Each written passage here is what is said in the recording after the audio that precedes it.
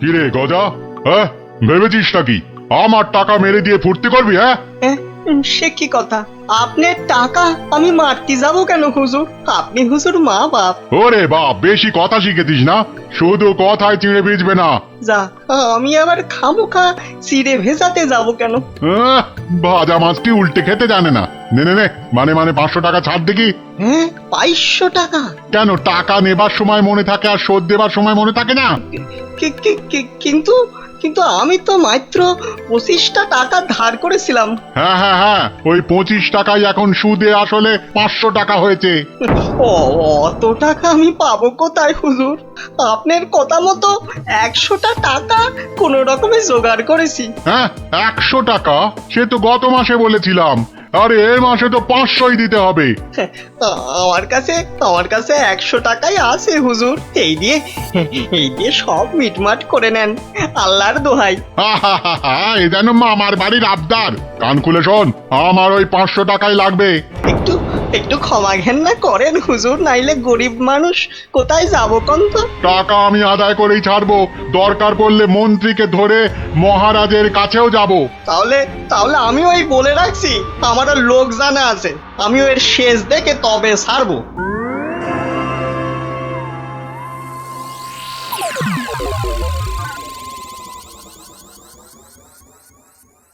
গিন্নি, তুমি সেই একবার কাতলা মাছের মুড়ো দিয়ে মুড়ি ঘন্ট করেছিলে না? এই এখনো না এই মুখে লেগে আছে, বুঝলে? তবে আর কি, এখন আমার মুড়োটা চেবাও, মরণ দশা আমার। বুঝেছি বুঝেছি। তাহলে ভাই তুমি বরং আজ ওই ঘুষো চিংড়ি আর ওই কচু দিয়ে একটা ওই মাখো মাখো ঘেঁচু হবে, ওই মাখা মাখা ঝোল ঝোল কিচ্ছু হবে না, কিচ্ছু হবে না।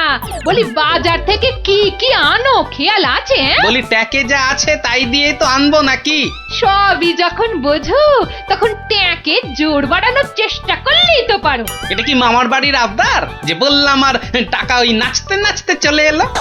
ওরই তো বাধা মাইনের চাকরি। তোমার তো অনেক বুদ্ধি, সেই বুদ্ধি দিয়েই না হয় রোজগারের চেষ্টা করো। হ্যাঁ এতক্ষণে একটা কাজের কথা বলেছে তুমি গিন্নি, একবার চেষ্টা করলে মন্দ হয় না। কাজের কথা আমি সব সময় বলি, কিন্তু আমার এমন পোড়া কপাল যে কেউ কানেই নেয় না।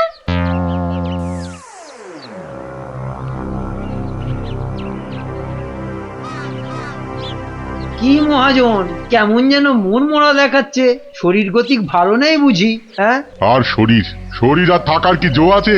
পাওনা টাকা আদায় করতে গিয়ে একেবারে কাল ঘাম ঝরে গেল।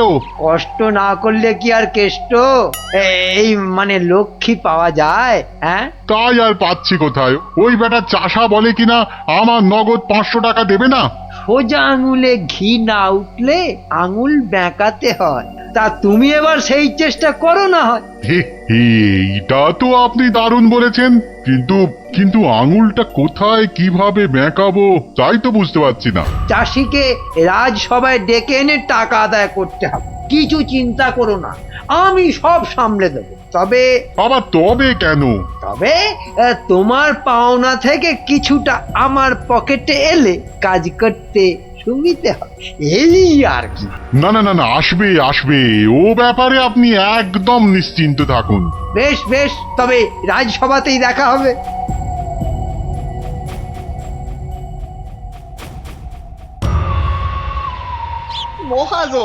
মহাজন আমাকে 3 মাস আগে 25টা টাকা ধার দিয়ে এখন 500 টাকা চাইছে। বলিস কি, 3 মাসে 25 টাকা সুদে আসলে 500 টাকা হয়? তাই তো কম সম করে মহাজনের টাকা মহাজনকে ফিরিয়ে দিলেই তো লাটা চুকে যায়। তোমার কি মাথাটা খারাপ হয়ে গেল গো দাদা? হ্যাঁ, কত টাকা আমি পাবো কোনে, আর দেবই বা কেন? আমি 100 টাকা দিয়ে মিটমাট করতে চেয়েছিলাম, কিন্তু মহাজন তাতেও বেঁকে বসেছে। বটে, তা বেঁকে গিয়ে কি করলো মহাজন? আমাকে আবার হুমকি দিয়েছে মন্ত্রীকে ধরে মহারাজের কাছে যাবে, টাকা আদায় করে তবেই নাকি ছাড়বে। এখন এখন একটা কিছু বুদ্ধি দাও গো গোপাল দাদা। আরে আরে, এ যে দেখছি মেঘনা চাইতেই জল। বুদ্ধি বেচার কারবার করব ভাবতে না ভাবতেই খদ্দের এসে হাজির। বুদ্ধি বুদ্ধি, হ্যাঁ হ্যাঁ, হ্যাঁ, হ্যাঁ, বুদ্ধি একটা বের করতেই হবে বুঝলি। তবে তার জন্য যে তোকে একটু খরচা করতে হবে। হ্যাঁ, বুদ্ধির জন্য খরচা? আরে বাবা, বিনে পয়সার বুদ্ধিতে কি কাজ হয় রে বোকা? হ্যাঁ, তাই তো ওই ভালোর জন্যই বললাম আর কি। তো বলছো যখন, তখন খরচা না হয় কিছু করব। তবে তবে আগে ওই কসাইটার হাত থেকে আমাকে সারাও, তারপর না হয়। বলছিস তাহলে? ঠিক আছে, দেখি তাহলে কি করা যায়। আরে আরে অত সব সাত পাঁচ হেয়ালি না করে বলো তো আসল উপায়টা কি? আছে আছে, উপায় একটা আছে। শোন শোন শোন।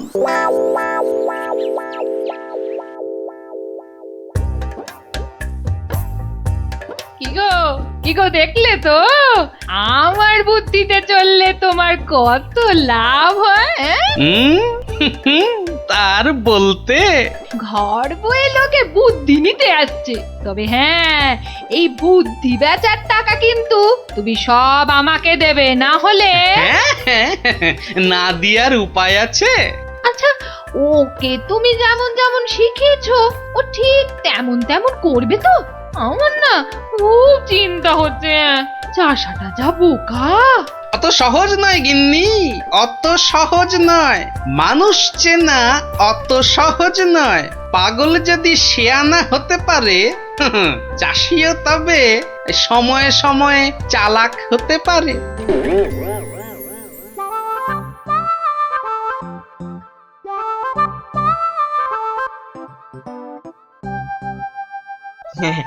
খা খা রে বেটা, খা, পেট ভরিয়ে খা।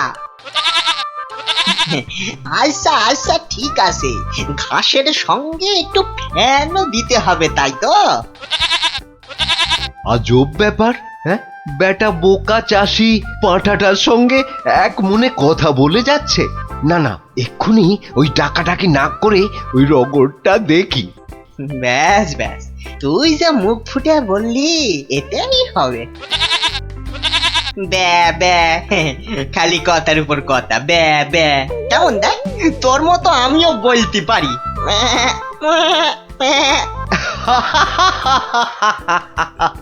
ওরে বোকা, হ্যাঁ, এই পাঁঠার সঙ্গে থাকতে থাকতে তুইও যে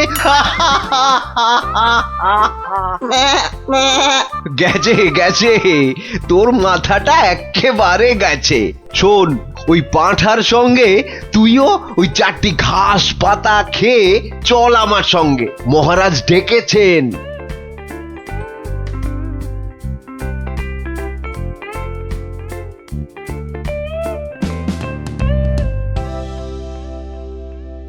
এই চাষা, ঠিক করে বল, ঠিক করে বল, আজ থেকে 3 মাস আগে তুই ওই মহাজনের কাছ থেকে টাকা ধার করেছিলি?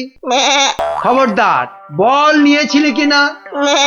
মহারাজ মহারাজ, দেখুন দেখুন, চাষার বিয়াদপিটা একবার দেখুন। এই বলি, হচ্ছেটা কি? হ্যাঁ, এর যদি অমন বেয়াদপি করো তাহলে একেবারে ফাটকে পুরব। লোকটা পাগল নাকি?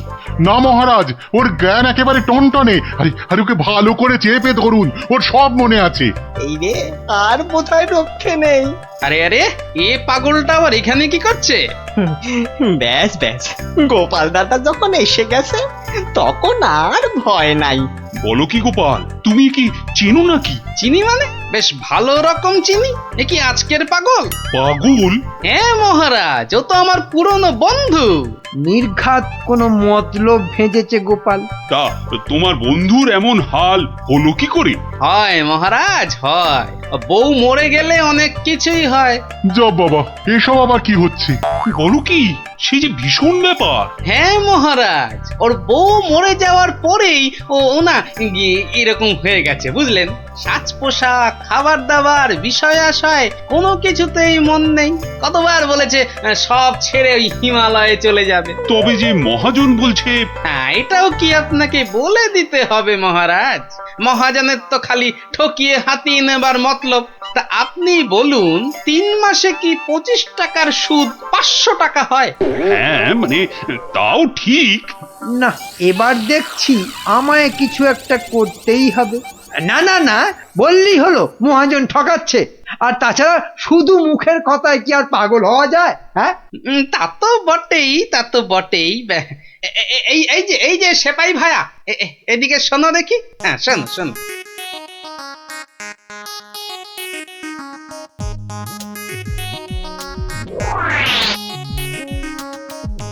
আমায় একটুখানি সময় দিন, তারপর সব জলের মতো পরিষ্কার হয়ে যাবে আপনার।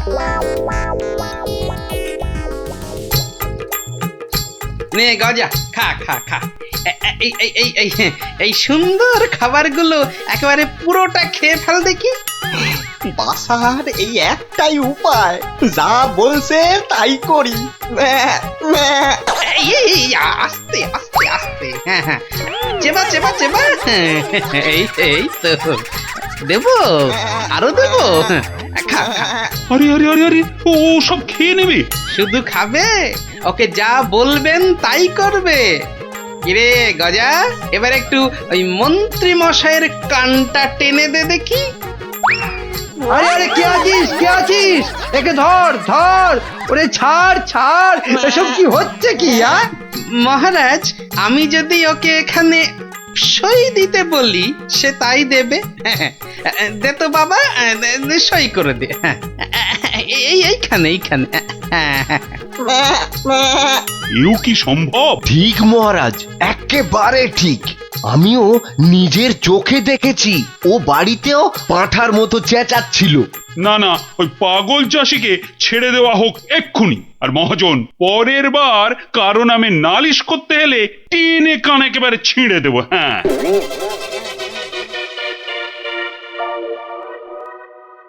এটা কেমন হলো মন্ত্রী মশাই? ওই বেটে গোপালটাই তো যত নষ্টের গোড়া। এটা নিশ্চয়ই গোপালের বুদ্ধি। কিছু একটা করুন মন্ত্রী মশাই। দাঁড়াও, বেটাকে ধরি। এই এই, দাঁড়া দাঁড়া। বলুন বলুন, কি বলবেন বলুন। বাটে, পাগলামি ছেড়েছে তাহলে? তা চালাকি করে মহাজনের টাকাটা তো বাঁচালি, কিন্তু বুদ্ধিটা কার? হ্যাঁ, আরে এ হলো গিয়ে গোপাল দাদার বুদ্ধি।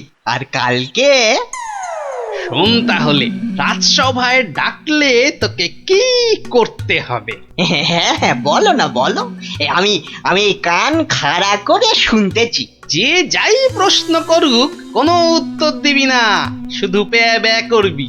কিরে, পারবি তো? পারবো মানে খুব পারবো।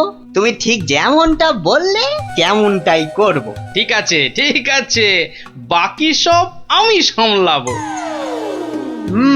তা গোপাল তোকে বুদ্ধিটা এমনি এমনি দিল? হ্যাঁ, তা কেন হবে? এবার গোপাল দাদাকে টাকা দিতে হবে। আমার কথা শুনলে কিন্তু তোর টাকাটা বেঁচে যাবে। হ্যাঁ, টাকা বেঁচে যাবে? হ্যাঁ, বলুন বলুন, কি করতে হবে বলুন। হুম, শোন, যদি বাঁচতে চাস তো গোপালের সঙ্গে একই বুদ্ধি খাটা। আরে বাবা, এ তো আগে মাথায় আসেনি। এইবার বেটা গোপাল, তোমার বুদ্ধিতেই তুমি জব্দ হবে। আমার পাকা ধানে মই দেওয়া। হ্যাঁ,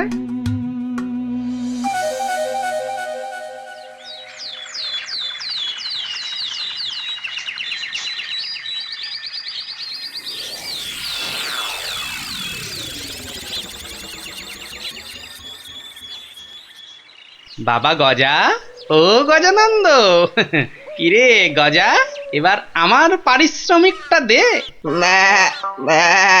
বাবা বাবা বাবা, এই তো এইবার খেলা জমেছে। ভালো ভালো কিন্তু এই ওসব চালাকি যে আমার কাছে খাটবে না চাঁদ। বাচ্চা ঘুঘু দেখেছো? ঘুঘুর ফাঁদ দেখনি? সই করা কাগজটা দেখো। তোমার জমি বাড়ি সব এখন থেকে আমার। না না, আরে নাটক করলে চলবে না দেখছি, এবারে মুখ খুলতেই হবে। বললেই হলো সব আমার, অত সহজ না। এই তো বুলি ফুটেছে। তুমি আমার কিচ্ছু করতে পারবে না, আমি মহারাজকে গিয়ে সব বলবো। তাতে কি কোনো কাজ হবে? কচু হবে? মহারাজের চোখে তো বাছাধন তুমি পাগল, আর পাগলের কথা মহারাজের বিশ্বাস করতে বই গেছে। হ্যাঁ তাই তো, মরেছে। এই যে দেখছি চারিদিকে বিপদ। আমি বরং মহারাজকে গিয়ে এবার দেখাই, বউ মরে যাবার পর হিমালয়ে চলে যাবার কথা ভেবে তুমি সব সম্পত্তি কেমন আমার নামে লিখে দিয়েছিলে। এই মরেছে। না না না না, খুব খুব ভুল হয়ে গেছে গো গোপাল দাদা, খুব ভুল হয়ে গেছে। এই আমি কান মুলছি, তোমার পায়ে ধরছি গো গোপাল দাদা, এবারের মতো ক্ষমা করে দাও আমায়। আমি তোমার পারিশ্রমিক কোড়ায় গন্ডায় দিয়ে দিচ্ছি। এইবারে পথে এসেছে। নাও 100 টাকা নাও গোপাল দাদা। ওরে বাপেরও বাপ আছে, এ কথাটা যেন সারা জীবন মনে থাকে। এই নে কাগজগুলো রাখ, মনে রাখিস গোপাল ভাঁড় লোক হাসাতে পারে কিন্তু চোট্টামি করে না। উড়িয়া বাবা, সে কথা এ জন্মে কেন, আমি 7 জন্মেও ভুলবো না গো। উফ, ভেবেছিলাম মোটকুটাকে বাগে পেয়েছি, কিন্তু বজ্জত ভাঁড়টা এইবারও ফসকে গেল। হ্যাঁ